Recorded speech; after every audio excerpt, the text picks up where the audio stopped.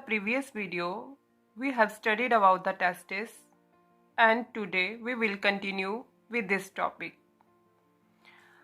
पिछले वीडियो में हमने पढ़ा था टेस्टिस के बारे में, तो इस डायग्राम से हम फिर से देख लेते हैं। जो टेस्टिस के बाहर की कवरिंग है उसको बोलते हैं ट्यूनिका एल्बुजिनिया, ठीक है। और उसके अंदर जो है कंपार्टमेंट होते हैं 250 तक, अबाउट 250 कंपार्टमेंट होते हैं, उसको बोलते हैं टेस्टिकुलर लोब्यूल्स। और हर एक लोब्यूल्स के अंदर 1, 2, 3 सेमिनिफेरस ट्यूब्यूल्स होते हैं। और हमने यहाँ तक पढ़ लिया था कि सेमिनिफेरस ट्यूब्यूल्स के अंदर जो है वो स्पर्म्स बनते हैं।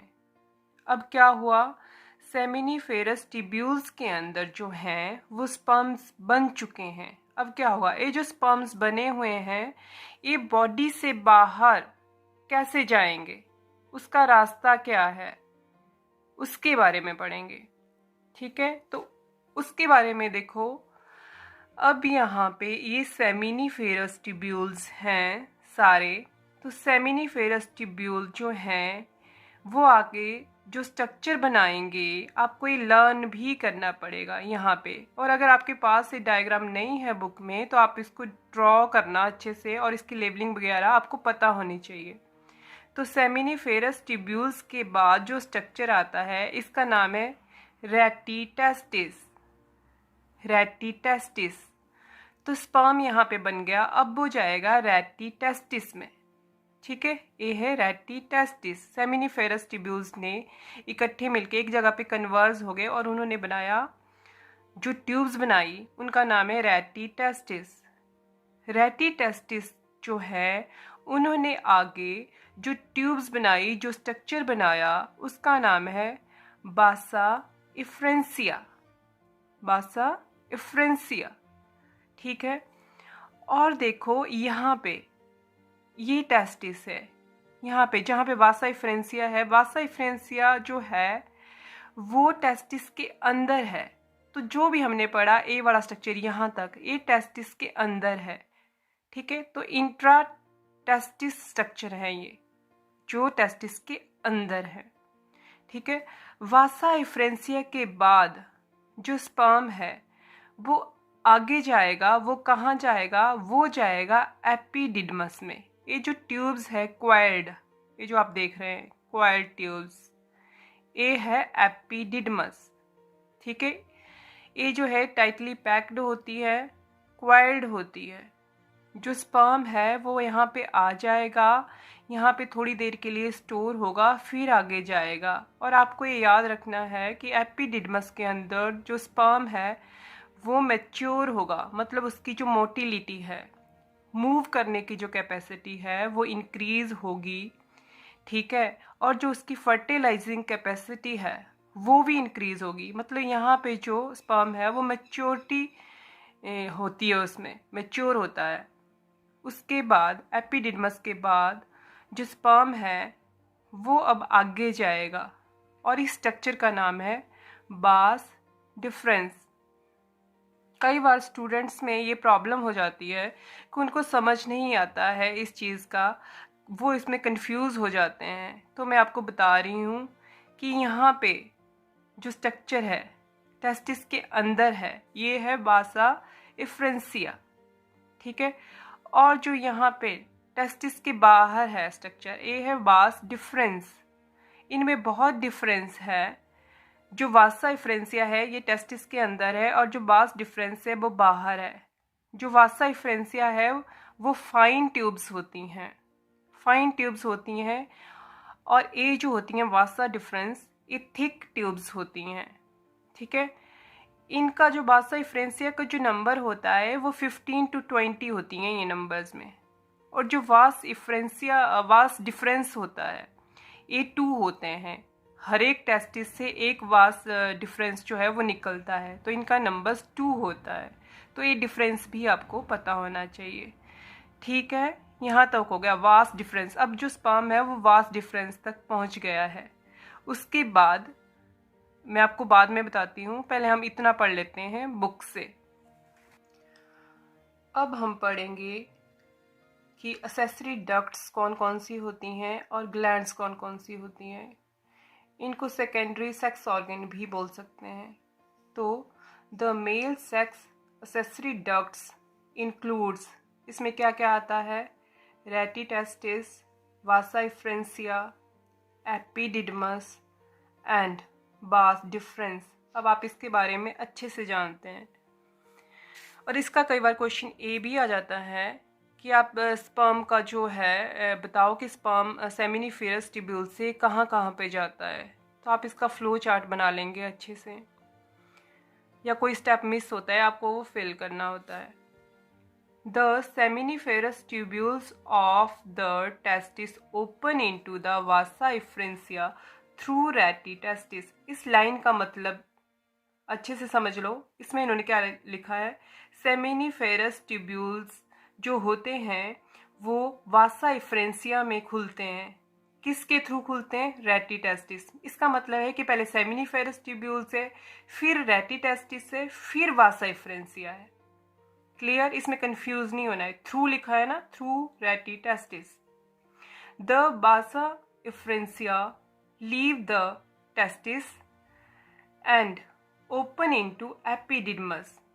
जो वासा इफ्रेंसिया है उन्होंने टेस्टिस को छोड़ दिया। अब टेस्टिस के अंदर से वो अब बाहर थोड़े से ही आते हैं, वैसे वो अंदर ही होते हैं, फिर वो बाहर जब आते हैं तो वो एपिडिडमस बना लेंगे। जब ये बाहर आ जाएंगे तो ये एपिडिडमस बोलेंगे उस ट्यूब्स को हम।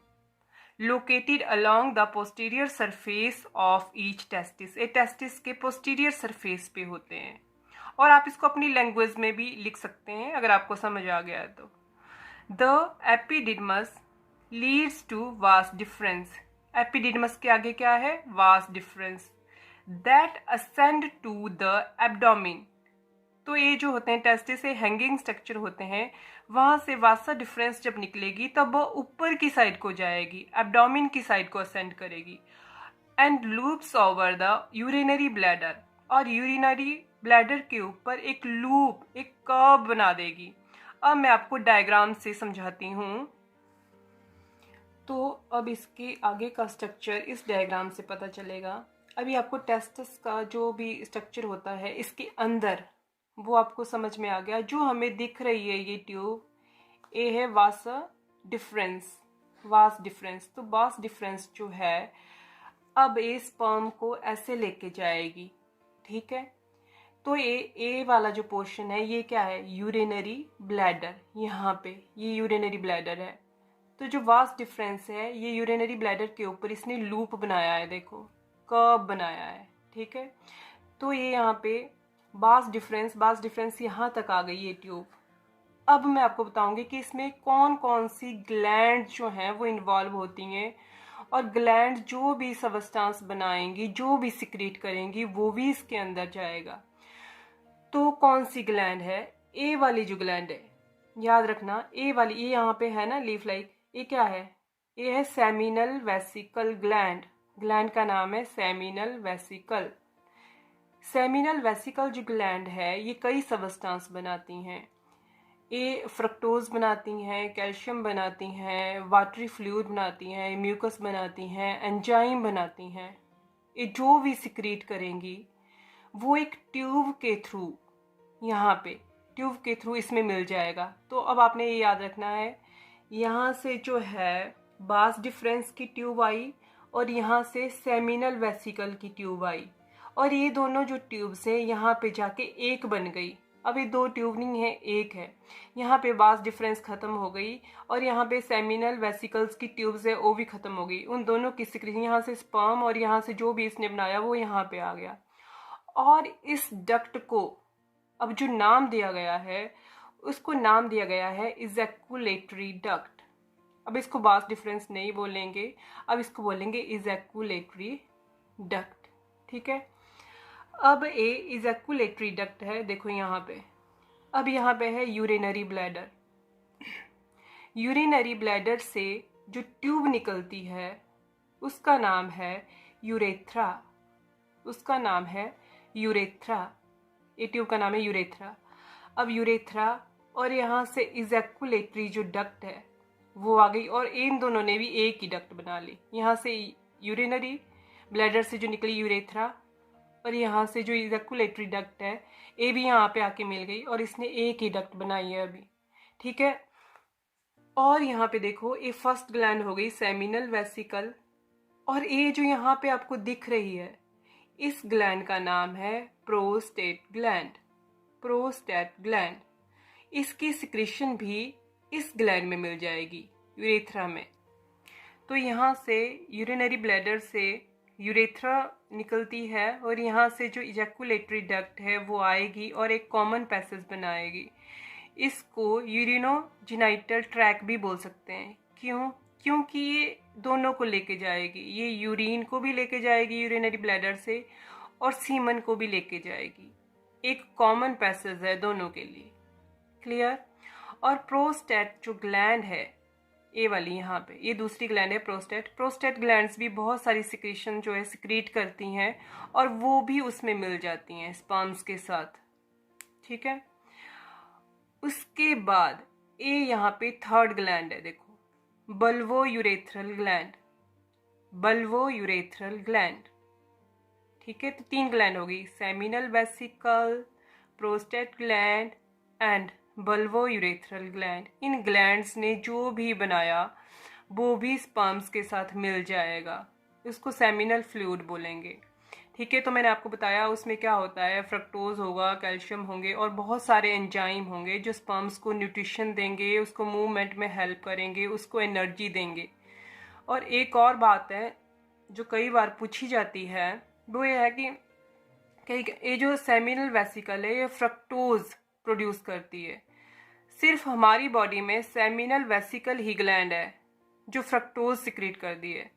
अदरवाइज हमारी बॉडी में कहीं पे भी जो है फ्रक्टोज जो है वो नहीं बनता है।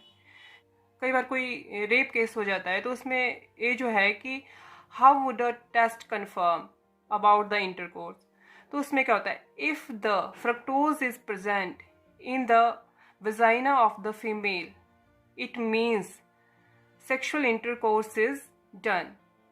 Clear?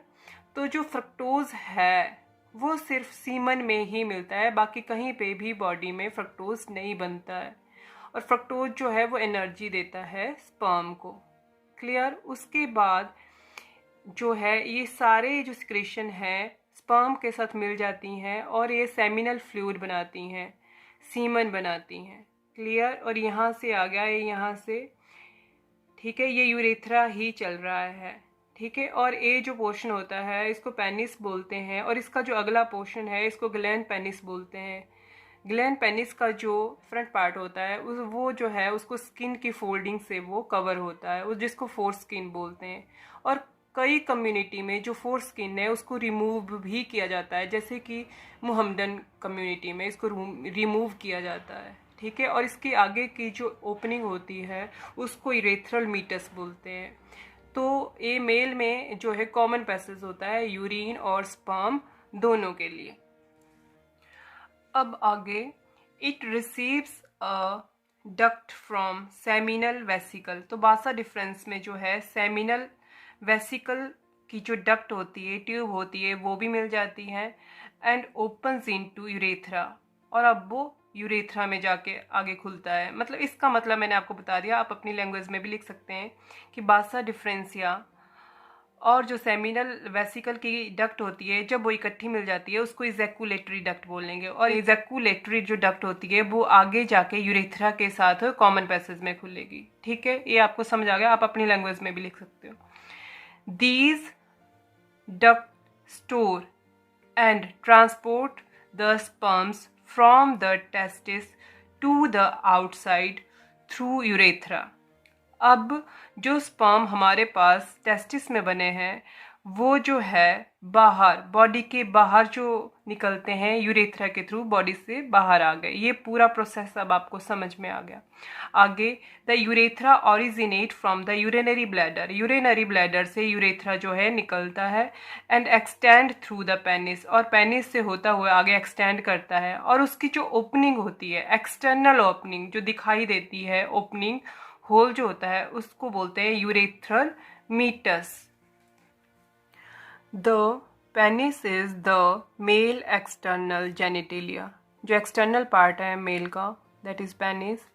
It is made up of special tissue that helps in erection of the penis to facilitate insemination. तो ये स्पेशल टिश्यूज़ होते हैं इसमें, जिसकी वजह से इसको ब्लड सप्लाई बढ़ जाती है और इसमें इरेक्शन होती है ताकि इंसेमिनेशन जो है वो अच्छे से हो जाए. The enlarged end of penis, जो पेनिस का अगला पार्ट होता है, जो एनलार्ज्ड एंड होता है, मैंने बताया था आपको डायग्राम में, उसको ग्लैंड पेनिस बोलते हैं. और जो ग्लैंड पेनिस है that is covered by a loose fold of skin, वो स्किन से जो है कवर होता है, उसको बोलते हैं फोर्स स्किन या प्रीप्यूसी भी बोलते हैं उसको. और मैंने बताया कि कई कम्युनिटी में इसको रिमूव भी किया जाता है. आगे द मेल एसेसरी ग्लैंड्स, जो कि हमने पढ़ ली हैं. मेल में कौन कौन सी ग्लैंड्स होती हैं, इसमें पेयर्ड सेमिनल वेसिकल दो होती हैं. सेमिनल वेसिकल पेयर्ड हैं, ये पेयर्ड. प्रोस्टेट, प्रोस्टेट ग्लैंड एक होती है, ये याद रखना. सेमिनल वेसिकल जो है पेयर्ड, ठीक है. और प्रोस्टेट, प्रोस्टेट एक ही होती है. एंड पेयर्ड बल्वो यूरेथ्रल जो होती है वो भी पेयर्ड होती हैं. 3 ग्लैंड्स होती हैं, ठीक है. Secretion of these gland constituents the seminal plasma. एक ग्लैंड जो भी प्रोड्यूस करती हैं उनको इकट्ठे बोलते हैं seminal plasma. Which is rich in, उसमें क्या क्या होता है, फ्रुक्टोज होता है, कैल्शियम होता है और कुछ एंजाइम होते हैं जो स्पर्म को चाहिए होते हैं एनर्जी के लिए, मूव करने के लिए, फर्टिलाइजेशन के लिए. और एक और बात कि ये जो सेमिनल प्लाज्मा होता है इसकी जो नेचर है वो एल्केलाइन होती है, क्योंकि वेजाइना का जो एनवायरनमेंट होता है वो एसिडिक होता है, तो उसको न्यूट्रलाइज करने के लिए जो है वो सीमन हेल्प करता है, ठीक है, ताकि जो स्पर्म्स हैं वो अच्छी तरह से जिंदा रहें, वो उनमें अच्छी फर्टिलाइजिंग कैपेसिटी हो. इसलिए the secretion of bulbourethral gland, जो बल्वो यूरेथ्रल ग्लैंड है also helps in the lubrication of the penis. वो म्यूकस सिक्रीट करती हैं जिसकी जो लुब्रिकेशन का काम करता है. क्लियर, ठीक है. आप इसको अच्छे से पढ़ लेना, इससे काफ़ी ज़्यादा क्वेश्चन आते हैं. जो सेक्सुअल रिप्रोडक्शन इन प्लांट्स हैं और ये जो ह्यूमन रिप्रोडक्शन है, मैक्सिमम क्वेश्चन इस यूनिट के इसमें से ही आते हैं, ठीक है. इसको आप अच्छे से रिवाइज कर लेंगे और डायग्राम वगैरह जो है वो ड्रॉ करके देख लेंगे. Thank you.